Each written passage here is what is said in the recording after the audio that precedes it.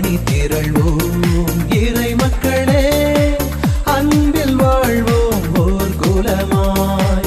அனைத்தும் படைத்து அழைத்து காக்கும் அன்பு தெய்வம் அழைக்கின்றார். திரு அவை நடுவில் அவர் தமது வாய் திறந்தார். ஆண்டவர் அவரை ஞானமும் அறிவு கூர்மையும் உள்ள ஆவியால் நிரப்பினார். மாட்சியின் மேலாடையை அவருக்கு அணிவித்தார்.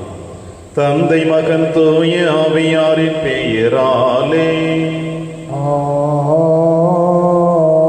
நம் ஆண்டவராகிய இயேசு கிறிஸ்துவின் அருளும் கடவுளின் அன்பும் தூய ஆவியாரின் நட்புறவும் உங்கள் அனைவரோடும் இருப்பதாக.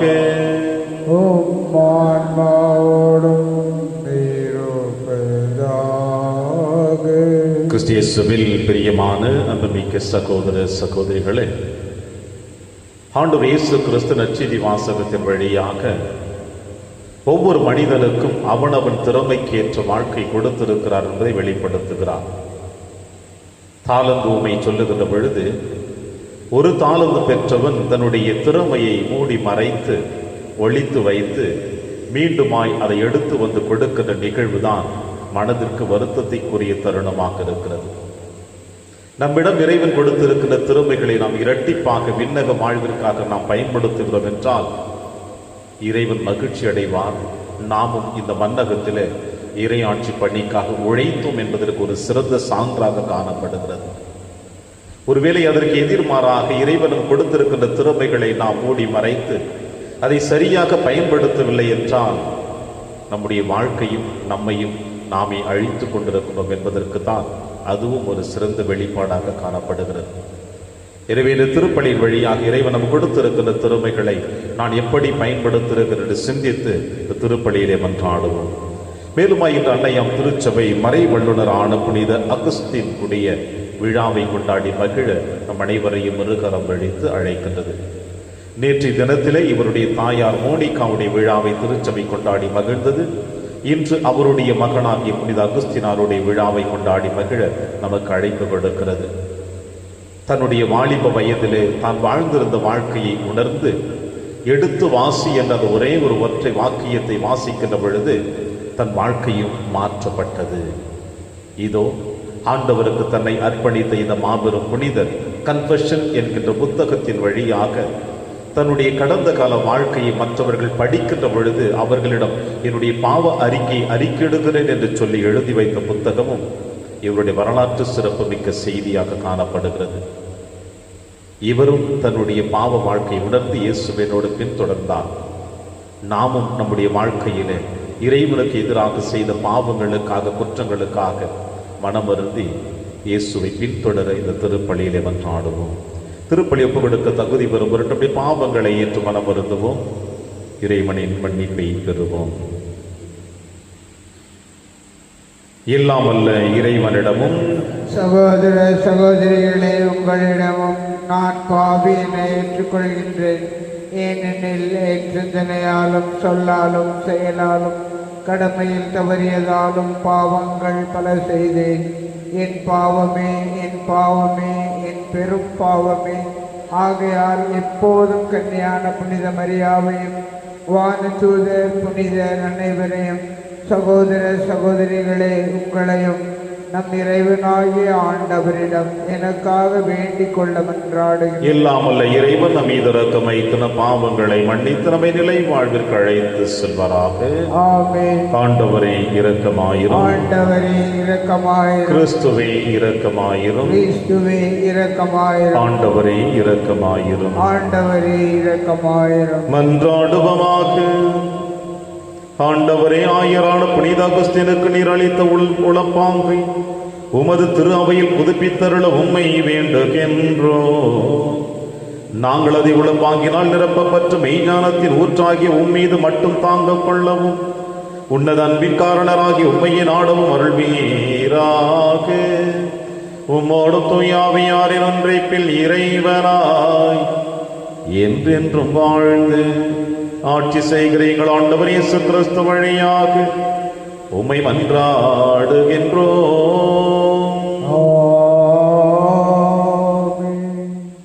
ஒருவருக்கொருவர் அன்பு செலுத்த கடவுளிடமிருந்து நீங்களே கற்றுக்கொண்டவர்களாயிருக்கிறீர்கள். திருத்தூதர் பவுல் தெசலோனிக்கருக்கு எழுதிய முதல் திருமுகத்திலிருந்து வாசகம். பிரிவு 4, இறைச்சொற்றொடர்கள் 9 முதல் 11 முடிய. சகோதரர் சகோதரிகளே, சகோதர அன்பை பற்றி உங்களுக்கு எழுத வேண்டிய தேவையில்லை. ஏனெனில் ஒருவருக்கொருவர் அன்பு செலுத்த கடவுளிடமிருந்து நீங்களே கற்றுக்கொண்டவர்களாயிருக்கிறீர்கள். உண்மையிலேயே நீங்கள் மாசிதோனியாவில் உள்ள சகோதரர் சகோதரிகள் அனைவரிடமும் அன்பு செலுத்தி வருகிறீர்கள். அன்பர்களே, இதில் இன்னும் முன்னேற வேண்டும் என்று உங்களிடம் கேட்டுக்கொள்கிறோம். நாங்கள் உங்களுக்கு கட்டளையிட்டது போல உங்கள் வேலையை மட்டுமே பார்த்து கொண்டு உங்கள் சொந்த கையால் உழைத்து அமைதியாய் வாழ்வதில் நோக்கமாயிருங்கள். இது ஆண்டவர் வழங்கும் அருள்வாக்கு. இறைவனுக்கு நன்றி. பதிலுரை திருப்பாடல் 98 பல்லவி. ஆண்டவர் உலகுக்கு நீதி வழங்க வருகின்றார். ஆண்டவர் உலகுக்கு நீதி வழங்க வருகின்றார். ஆண்டவருக்கு புதியதொரு பாடல் பாடுங்கள், ஏனெனில் அவர் வியத்தகு செயல்கள் புரிந்துள்ளார். அவருடைய வலக்கரமும் புனிதமிகு புயமும் அவருக்கு வெற்றியை அளித்துள்ளன. பல்லவி. ஆண்டவர் உலகுக்கு நீதி வழங்க வருகின்றார். கடலும் அதில் நிறைந்தவையும் உலகும் அதில் உறைபவையும் முழைந்துடுக. ஆறுகளே கை கொட்டுங்கள், மலைகளே ஒன்று கூடுங்கள்.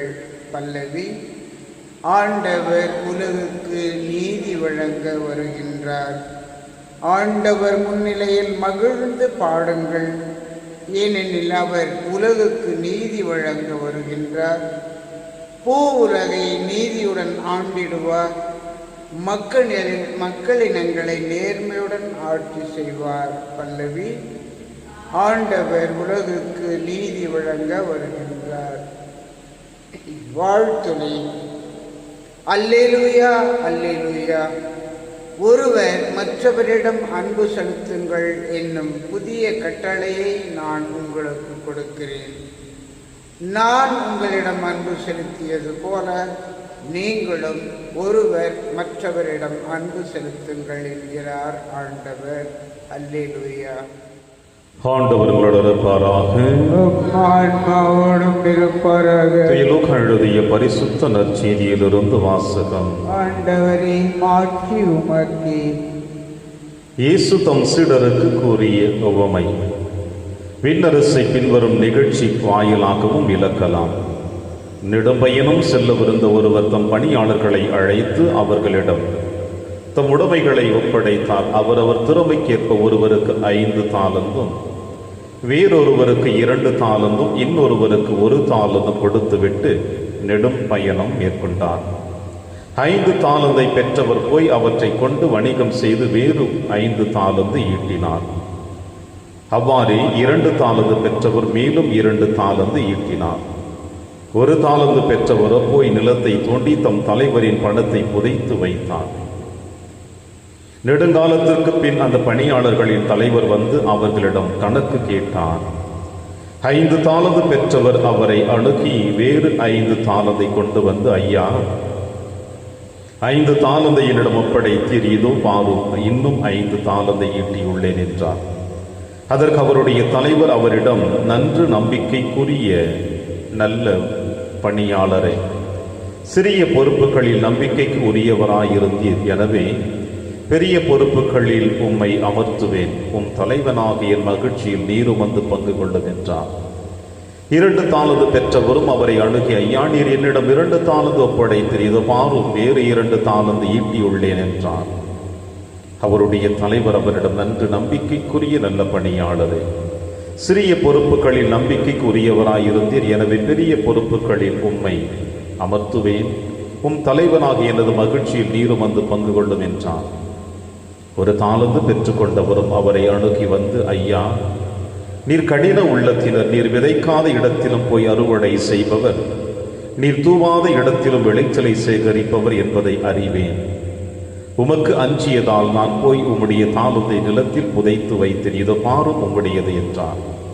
அதற்கு அவருடைய தலைவர், சோம்பேறிய பொல்லாத பணியாளனை, நான் விதைக்காத இடத்திலும் போய் அறுவடை செய்பவன், நான் தூவாத இடத்திலும் போய் சேகரிப்பவன் என்பது உனக்கு தெரிந்ததல்லவா? அப்படியானால் என் பணத்தை நீ வட்டிக்கடையில் கொடுத்து வைத்திருக்க வேண்டும். நான் வரும் பொழுது எனக்கு வரவேண்டியதை வட்டியோடு திரும்ப பெற்றிருப்பேன் என்று கூறினான். எனவே அந்த தாளந்தை அவரிடமிருந்து எடுத்து 10 தாலந்து உரியவரிடம் கொடுங்கள்.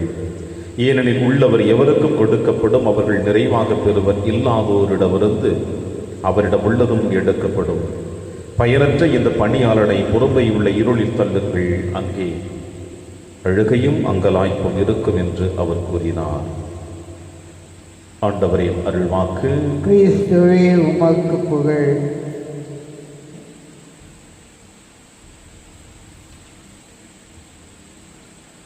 சிறிய பொறுப்புகளில் நம்பிக்கைக்குரியவனாக இருந்தீர், எனவே உம் தலைவனாக எனது மகிழ்ச்சியில் நீரும் வந்து பங்கு கொள்ளும்.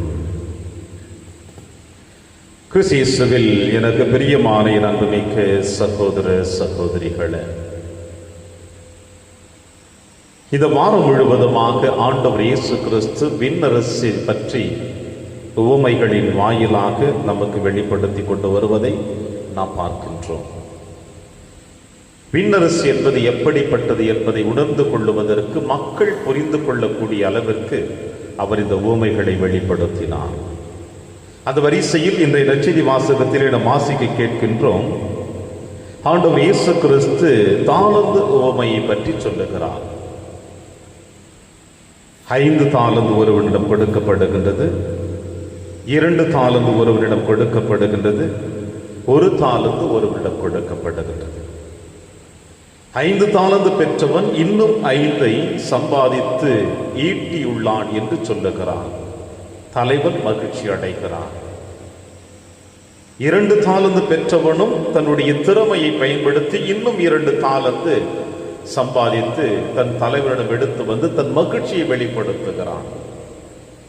ஆனால் 1 தாலந்து பெற்றவன் மட்டும்தான் தன் தலைவரிடம் வந்து தன்னை நியாயப்படுத்துகின்ற நிகழ்வினை அங்கே வெளிப்படுத்துவதை காண முடிகிறது. அது எப்படி தன்னை நியாயப்படுத்துகிறான் என்றால், தன் தலைவனுடைய குணநலன்களை அவன் வெளிப்படுத்துகின்றான். விதைக்காத இடத்தில் அறுவடை செய்கின்றவர், தூவாத இடத்தில் நீர் சேகரிப்பவர் என்று தலைவனை குற்றமுள்ளவனாக, தவறு செய்கின்றவனாக, பிறருடைய பொருட்களை அபகரிக்கக்கூடியவனாக, சமுதாயத்திலே தன்னுடைய வாழ்க்கை முழுவதுமாக தரம் கெட்டவனாக வாழ்ந்து கொண்டிருப்பவனை போல அவனிடம் பெற்ற 1 தாலந்து பெற்றவன் தன் தலைவனையை குறை சொல்ல அவன் ஆரம்பிக்கின்றான். தலைவனுக்கு எரிச்சல் ஏற்படுகின்றது. அவனை இருட்டறையில் தள்ளுங்கள், அங்கே அழுகையும் அங்கலாய்ப்பும் இருக்கும் என்று ஆண்டவர் இயேசு கிறிஸ்து இந்த நற்செய்தி வாசகத்தினுடைய நிறைவு பகுதியாக சொல்லக்கூடிய வார்த்தை நமக்கு வெளிப்படுத்தப்படுகிறது.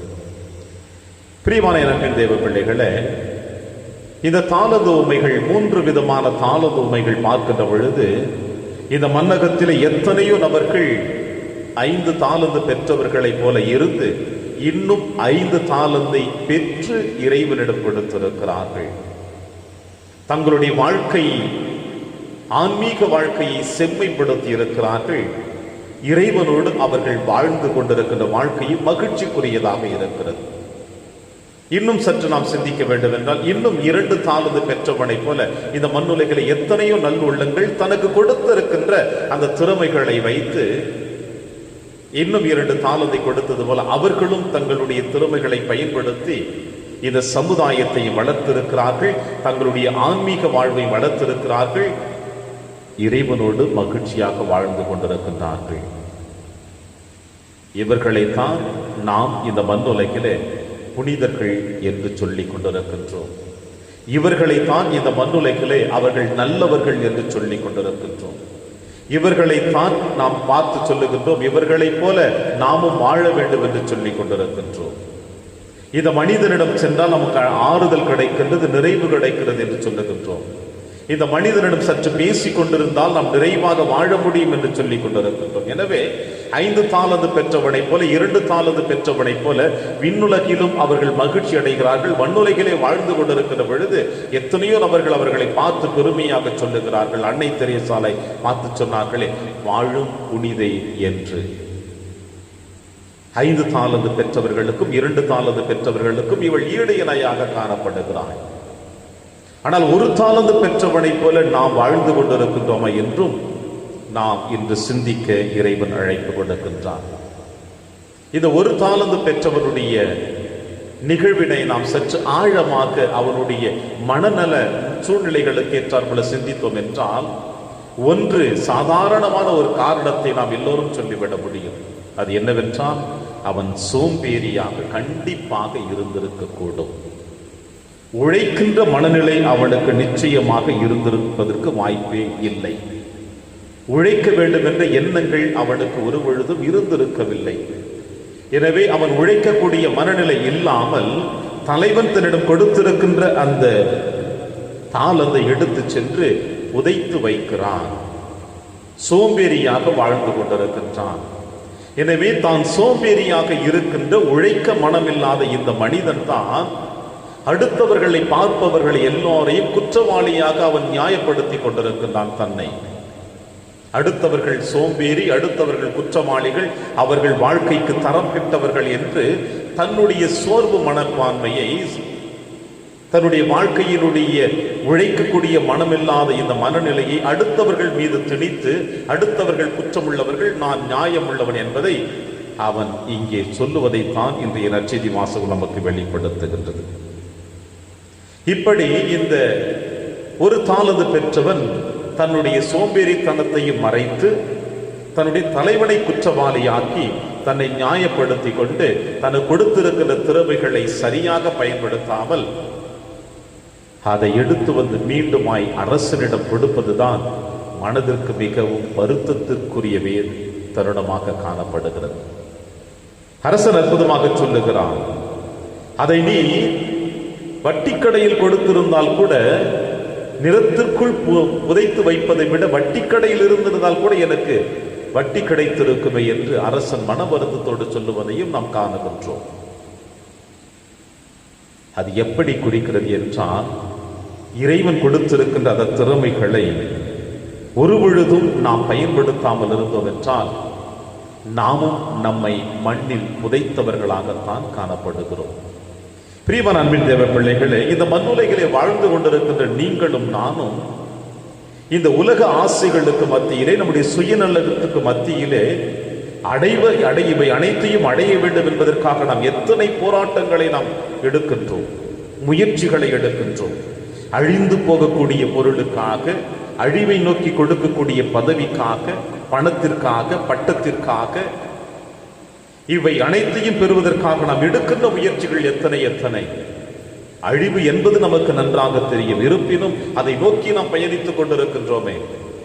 ஆனால் ஒருவேளை இந்த அழிவை நோக்கி பயணிக்காமல் வாழ்வு கொடுக்கக்கூடிய இறைவார்த்தையும் ஆண்டவருடைய அன்பையும் நோக்கி நாம் பயணித்தோம் என்றால், இதில் எடுக்கின்ற முயற்சிகளை இதில் ஒரு பகுதியாவது நாம் எடுத்தோம் என்றால், இறைவன் ஓடோடி வந்து உங்களையும் என்னையும் கரம் பிடித்து அழைத்து சென்று நம்மை இந்த மண்ணுலகிலேயே விண்ணக வாழ்விற்கு உழைக்கக்கூடியவர்களாக நம்மை வழிநடத்துவார் என்பதை இன்றைய திருவழிபாடு உங்களுக்கும் எனக்கும் சொல்லுகிறது. எனவே இறைவன் கொடுத்திருக்கிற திறமைகளை நான் பயன்படுத்தி இருக்கின்றேனா அல்லது என்னையே நான் அழித்துக் கொண்டு இருக்கின்றேனா என்று சிந்தித்து இந்த திருப்பலியிலே நாம் தொடர்ந்து பயணிக்கின்ற பொழுது, இன்றைய நாளிலே அன்னையாம் திருச்சபை மறை வல்லுனரும் புனிதருமாகிய அகஸ்தினாருடைய விழாவை கொண்டாடி மகிழ நமக்கு இருகரம் விரித்து அழைக்கின்றது. தந்தை, தாய், இறைபக்தி இல்லாத ஒரு தந்தை, இறைவன் மீது ஆழமான நம்பிக்கை வைத்திருக்கின்ற தாய், இவர்களுக்கு இடையே பிறந்த குழந்தைதான் இந்த அகஸ்தினார். தலைச்சன் மகனாக பிறந்தார். வாழ்ந்து கொண்டிருக்கின்ற இந்த உலகத்திலே சூழ்நிலைகளின் காரணமாக தன் வாழ்க்கையை முழுவதுமாக அழித்துக் கொள்ளக்கூடிய அளவிற்கு உலக செல்வங்களின் மீது தன்னுடைய நாட்டங்களை திணித்து எல்லா விதமான தீய சக்திகளுக்கும் தன்னை ஈடுபடுத்தி வாழ்ந்து கொண்டிருந்த இந்த புனிதர் தாயினுடைய போராட்டம், ஆன்மீக போராட்டம், இதை என் மகன் திருந்த வேண்டும் என்ற எதிர்பார்ப்புகள், தன் கணவர் திருந்த வேண்டும் என்ற எதிர்பார்ப்புகள், இப்படிப்பட்ட போராட்டத்திலே இந்த தாயானவள் வெற்றியும் கண்டாள் என்பதை நேற்றைய திருவிழாவிலே நாம் கண்டிருக்கின்றோம். இப்படி இந்த புனிதர் என்னென்ன தவறுகள் செய்தார் என்பதை தன்னுடைய புத்தகத்திலே அற்புதமாக எழுதி வைத்திருக்கிறார். தி கன்ஃபெஷன் என்கின்ற புத்தகத்திலே தான் வாழ்ந்த வாழ்க்கை, இந்த வாழ்க்கையோடு தன்னுடைய அழிவை நோக்கி பயணித்த வாழ்க்கை, தவறுதலான வாழ்க்கை, குற்றம் புரிந்த வாழ்க்கை அனைத்தையும் எழுதி வைத்து இதை வாசிக்கின்ற ஒவ்வொரு பிள்ளைகளும் அவர்களிடம் நான் என்னுடைய பாவ அறிக்கையை கொடுக்கின்றேன் என்று அவர் எழுதி வைத்திருக்கின்றார். எந்த அளவிற்கு தன்னை முழுவதுமாக ஆண்டவரிடத்தில் அர்ப்பணிக்கக்கூடிய அந்த மனநிலை அவருக்கு கொடுக்கப்பட்டிருக்கின்றது. பிரியமான தேவ பிள்ளைகளே, இவர் தன்னுடைய வாழ்ந்து கொண்டிருந்த காலத்தில ஒரு பெண்ணோடு 15 ஆண்டுகள் தன்னுடைய இல்லற வாழ்க்கை வாழ்ந்திருக்கின்றார். திருமணம் முடிக்காமல் அதனுடைய பயன் ஒரு ஆண் குழந்தையும் அவருக்கு பிறந்தது. ஆனால் அந்த பெண்ணை மனமுடிக்காமல் தன்னுடைய வாழ்க்கையை மாற்றிக்கொள்ள விரும்பி அவர் பயணித்துக் கொண்டிருக்கின்ற பொழுது புனித வனத்து அந்தோனியாருடைய சுயசரிதையை எடுத்து வாசிக்க ஆரம்பித்திருக்கின்றார். அவரை போல என்னுடைய வாழ்க்கை மாற்றம் இருக்க வேண்டும் என்று விரும்பினார். தன்னுடைய வாழ்வு முழுவதுமாக மாற்றம் இருக்க வேண்டும் என்று விரும்பி இந்த மனிதனை போல நானும் துறவு வாழ்க்கை பூண்டு வாழ வேண்டும் என்று விரும்பி தன்னுடைய வாழ்க்கையை மாற்றி அமைக்கின்ற பொழுது இந்த அகஸ்தினாருடைய தாயானவள் மோனிகாள் தன்னுடைய மகன் இப்படியே சென்றால் நன்றாக இருக்காது என்பதற்காக மில நகரத்திற்கு வருகிற பொழுது ஒரு பெண்ணை பார்த்து அந்த பெண்ணுக்கு மனம் முடித்து வைக்க அவர் விரும்பினார் தன் மகனுக்கு. ஆனால் புனித அகஸ்தினார் ஏற்கனவே ஒரு பெண்ணோடு வாழ்ந்த வாழ்க்கையும் அந்த பெண்ணோடு வாழ்ந்த வாழ்க்கை அவளுக்கு துரோகம் செய்யக்கூடாது என்பது அவளை மறக்க முடியாமல் தன் தாய் பார்த்து வைத்து அந்த பெண்ணையும் அவர் திருமணம் முடிக்கவில்லை. இவ்வாறு அவருடைய வாழ்க்கையை கடந்து கொண்டிருக்கிற பொழுது ஒரு நாள் தோட்டத்திலே அவர் நடந்து கொண்டிருந்தார். அவர் தோட்டத்தில் நடந்து கொண்டிருக்கிற பொழுது ஒரு குரலொலியானது கேட்டது, எடுத்து வாசி. முதலில் அந்த வார்த்தைக்கு அவர் செவிமடுக்கவில்லை. இரண்டாவது மீண்டுமாய் அந்த வார்த்தை சொல்லுகின்ற பொழுது ஒருவேளை இது இறைவனுடைய வார்த்தையாக இருக்கும் என்று வேத புத்தகத்தை எடுக்க வாசிக்க ஆரம்பித்தார்.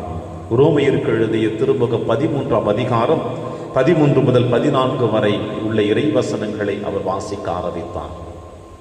களியாட்டம், குடிவெறி, கூடா ஒழுக்கம், காமவெறி, சண்டை சச்சரவு ஆகியவற்றை தவிர்ப்போமாக. தீய இச்சைகளை தூண்டும் ஊனியல்பின் நாட்டங்களுக்கு இடம் கொடுக்க வேண்டாம். இயேசு கிறிஸ்துவை அணிந்து கொள்ளுங்கள். இந்த வார்த்தை தான் தூய அகஸ்தினாரை முழுவதுமாக மாற்றம் அமைத்தது. இந்த வார்த்தைகளோடு இருக்கின்ற அனைத்தையும் தன்னுடைய வாழ்க்கையில் வாழ்ந்தார். களியாட்டம், குடிவெறி, கூடா ஒழுக்கம், காமவெறி, சண்டை சச்சரவு, தீய இச்சைகள் இவை அனைத்தும் ஊனியல்பு நாட்டங்கள் அனைத்திற்கும் இடம் கொடுத்து வாழ்ந்தார். இறைவன் அவரை எடுத்து வாசி என்று அவரை அழைத்து தன்வசப்படுத்தி இதோ இன்று இந்த மண்ணுலகில அந்த புனிதரை உலக திருச்சபை பாராட்டி புகழ்ந்து அவருக்கு வணக்கம் செலுத்தி கொண்டிருக்கிறது. அவருடைய பாதச்சுவடுகளை பின்பற்றி வாழ விரும்புகின்றது. எப்படி வாழ்ந்த மனிதன் தன்னுடைய வாழ்க்கையை மாற்றி இறைவனோடு இணைந்திருக்கின்றானே அவனைப் போல இந்த மாபெரும் புனிதரை போல நாமும் நம்முடைய வாழ்க்கையில வாழ்ந்தோம் என்றால் நான் 5 தாலந்து பெற்றவனைப் போல 2 தாலந்து பெற்றவனைப் போல வாழ முடியும் என்ற நம்பிக்கை நமக்குள் உருவாக்கப்படுகின்றது. எனவே பிரியமான இரண்டின் தேவ பிள்ளைகளே, சிறிய பொறுப்புகளில் நம்பிக்கை உரியவராக இருந்து எனவே தலைவராகிய எனது மகிழ்ச்சியில் வந்து நீரும் பங்கு கொள்ளும் என்று இயேசு சொன்னது போல நாமும் சிறிய பொறுப்புகளில் மனதிற்கு நிறைவுள்ளவர்களாக இறைவனுக்கு மகிழ்ச்சி கொடுக்கக்கூடியவர்களாக வாழ இந்த திருப்பலின் வழியாக அந்த ஆசீர்வாதத்தை பெற முயற்சி செய்வோம். இறைவன் உங்களையும் என்னையும் நிறைவாக ஆசீர்வதிப்பார். ஆமென்.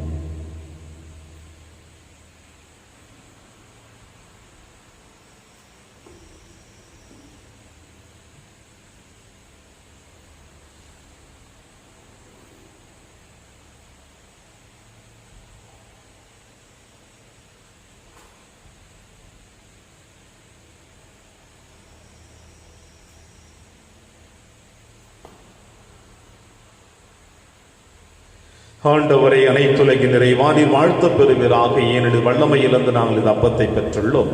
நிலத்தின் விளைவு மனித உழைப்பின் பயனுமானது அப்பத்தை ஒப்புக் கொடுக்கின்றோம். இது எங்களுக்கு வாழ்வளிக்கும் அப்பமாக மாறும். இறைவன் என்றென்றும் வாழ்த்து பெறுவாராக.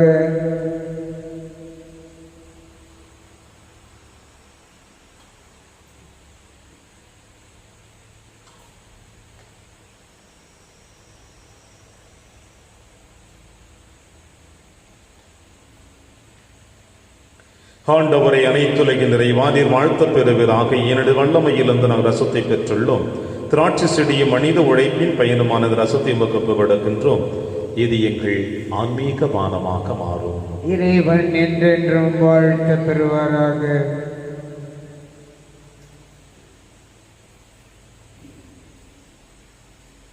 சகோதர சகோதரிகளை, என்னுடையதும் உங்களுடையதுமான இப்பலி எல்லாமல்ல தந்தையாக இறைவனுக்கு ஏற்றதாகும்படி செவியுங்கள். ஆண்டவர் நமது பெயரின் புகழ்ச்சிக்காகவும் மாட்சிக்காகவும் நமது நன்மைக்காகவும் புனித திரு அவை அனைத்து நலனுக்காகவும் உமது கையிலிருந்து இப்பலியை ஏற்றுக்கொள்வாராக. ஆண்டவரே, எங்கள் மீட்பின் நினைவை கொண்டாடும் நாங்கள் உமது கனிவை பணிவுடன் வேண்டுகின்றோம். அதனால் இந்த பரிவரக்கத்தின் அடையாளமாய் எங்களுக்கு ஒற்றுமையின் அடையாளமாகும் பிறர் அன்பின் பிணைப்பாகவும் அமைவதாக. எங்கள் ஆண்டவராகிய கிறிஸ்து வழியாக உம்மை மன்றாடுகின்றோம்.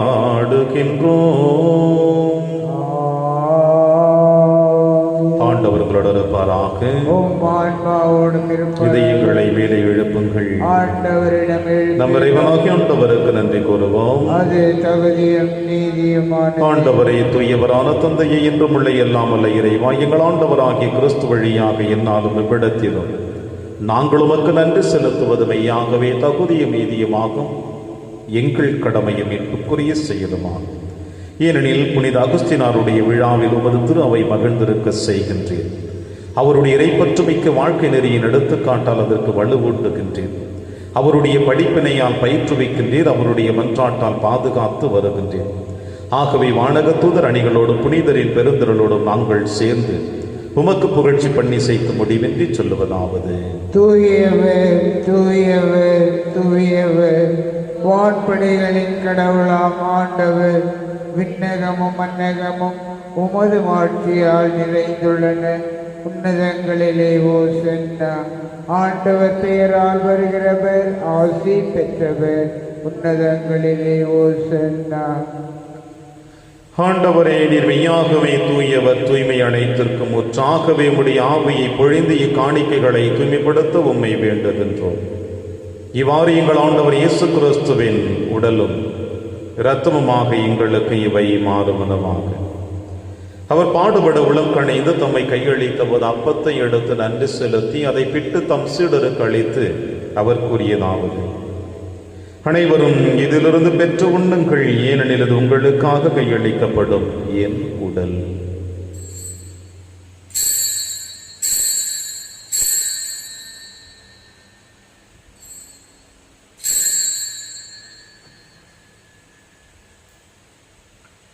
அவர் நம்மை இரவிருந்தை அருந்திய பின் கிண்ணத்தையும் எடுத்து மீண்டும் நன்றி கூறி தம் சீடர்களுக்கு அழைத்து அவர் கூறியதாவது: அனைவரும் இதிலிருந்து பெற்று பருகுங்கள், ஏனெனில் இது புதிய நிலையான உடன்படிக்கைக்குரிய என் இரத்தத்தின் கிண்ணம். இது பாவ மன்னிப்புக்கு என்று உங்களுக்காகவும் பலருக்காகவும் சிந்தப்படும். இதை என் நினைவாக செய்யுங்கள்.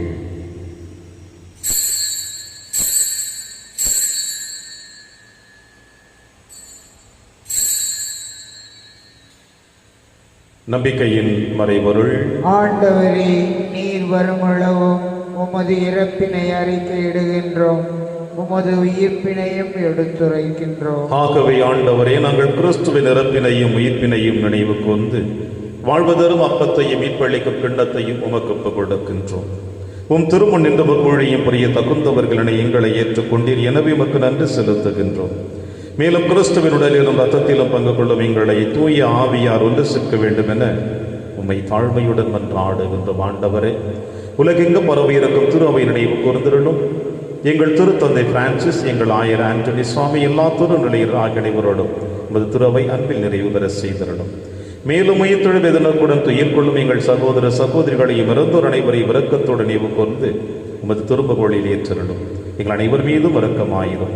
கடவுளின் கண்ணி தாயான புனித மரியா, அவருடைய கணவரான புனித யோசிப்பு, புனித திருத்தூதர்கள், புனித பிரான்சிஸ் சேவேரியார், புனித கஸ்பார், இன்று நாங்கள் விழா கொண்டாடி மகிழ்ந்து கொண்டிருக்கின்ற புனித அகஸ்தினார் மற்றும் இவ்வுலகிலும் வகுவதவராயிருந்தாகிய புனிதர் அனைவருடனும் நாங்கள் நிலை வாழ்வில் பங்கு கொள்ளும் தகுதி பெற்று உம் திருமகனேசு கிறிஸ்து வழியாக உம்மை புகழ்ந்தேத்து மரமுருள உம்மை மன்றாடுகின்றோம்.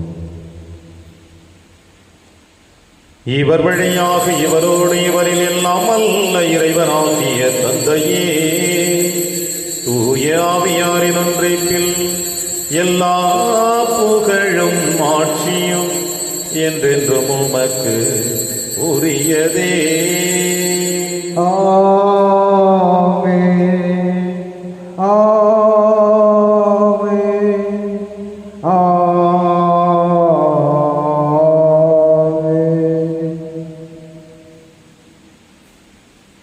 மீட்பரின் கட்டளையால் கற்பிக்கப்பட்டு இறை படிப்பினையால் பயிற்சி பெற்ற நம் அனைவரும் துணிந்து சொல்வோம். விண்ணுலகில் இருக்கிற எங்கள் தந்தையே, உமது பெயர் தூயது என போற்ற பெருக, உமது ஆட்சி வருக, உமது திருவுளம் விண்ணுலகில் நிறைவேறுவது போல மண்ணுலகிலும் நிறைவேறுக. எங்கள் அன்றாட உணவை இன்று எங்களுக்கு தாரும். எங்களுக்கு எதிராக குற்றம் செய்வோரை நாங்கள் மன்னிப்பது போல எங்கள் குற்றங்களை மன்னியும். எங்களை சோதனைக்கு உட்படுத்தாதேயும், தீமையிலிருந்து எங்களை விடுவித்தருளும். ஆண்டவரை, தீமை அனைத்திலுமிருந்து எங்களை விடுவித்து எங்கள் வாழ்நாளில் அமைதியை கனிவுடன் அருளவி வென்றாடுகிறோம். உமது இரக்கத்தினுதவியால் நாங்கள் பாவத்திலிருந்து எப்பொழுதும் விடுதலை பெற்று யாதொரு கலக்கமும் என்று நலமாயிருப்போமாக. நாங்கள் எதிர்நோக்கி இருக்கும் பேரின்பத்திற்காகவும் மீட்பராக இயேசு கிறிஸ்து வருகைக்காகவும் காத்திருக்கின்றோம். ஏனெனில் ஆட்சியும் வல்லமையும் மாட்சியும் என்றென்றும் உமது. ஆண்டவரே இயேசு கிறிஸ்துவே, அமைதியை உங்களுக்கு விட்டுச் செல்கிறேன், அமைதியை உங்களுக்கு அளிக்கிறேன் என்று உன் திருத்துதர்களுக்கு வழிதீரேன். எங்கள் பாவங்களை பாராமல் திரு அவையின் நம்பிக்கையை கண்ணோக்கி திருவுளத்திற்கு ஏற்பதற்கு அமைதியை முற்றுமை அளித்துள்வீராக. என்று வாழ்ந்து ஆட்சி செய்கின்றவர் நீரே. ஆண்டவருடைய அமைதி உங்கள் அனைவரோடும் என்றும் இருப்பதாக. ஒருவருக்கொருவர் உறவின் வாழ்த்தை அறிவித்து மகிழ்வும். சமாதானம். உலகின் பாவங்களை போக்கும் இறைவனின் செம்மறியே, எங்கள் மேல் இரக்கமாயிரும். உலகின் பாவங்களை போக்கும் இறைவனின் செம்மறியே, எங்கள் மேல் இரக்கமாயிரும்.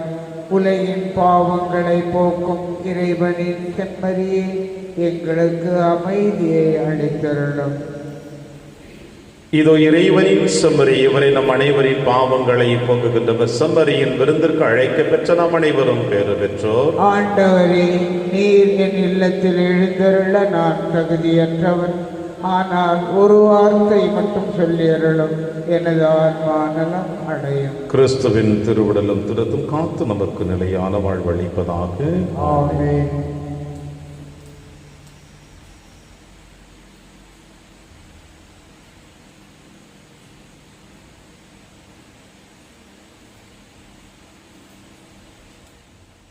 கிறிஸ்துவின் ஆன்மாவே என்னை புனிதமாக்கும்.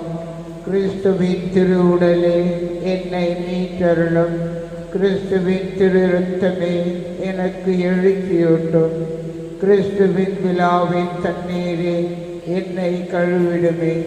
கிறிஸ்துவின் பாடுகளே என்னை தேற்றிடுமே. ஓ நல்ல இயேசுவே, எனக்கு செவிசாயும்.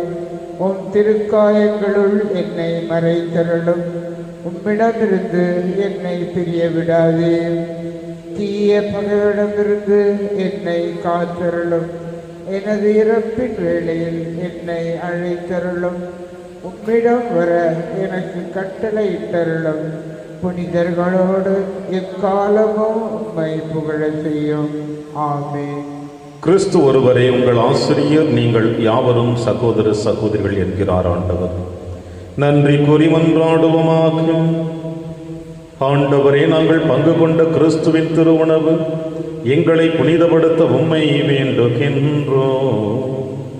அதனால் கிறிஸ்துவனுடைய உடலில் உறுப்பினராகிய நாங்கள் அவராகவே வாழ அருள்வீராக. எங்கள் ஆண்டவராகிய கிறிஸ்து வழியாக உம்மை மன்றாடுகின்றோம். ஆண்டவர் உங்களோடு இருப்பாராக.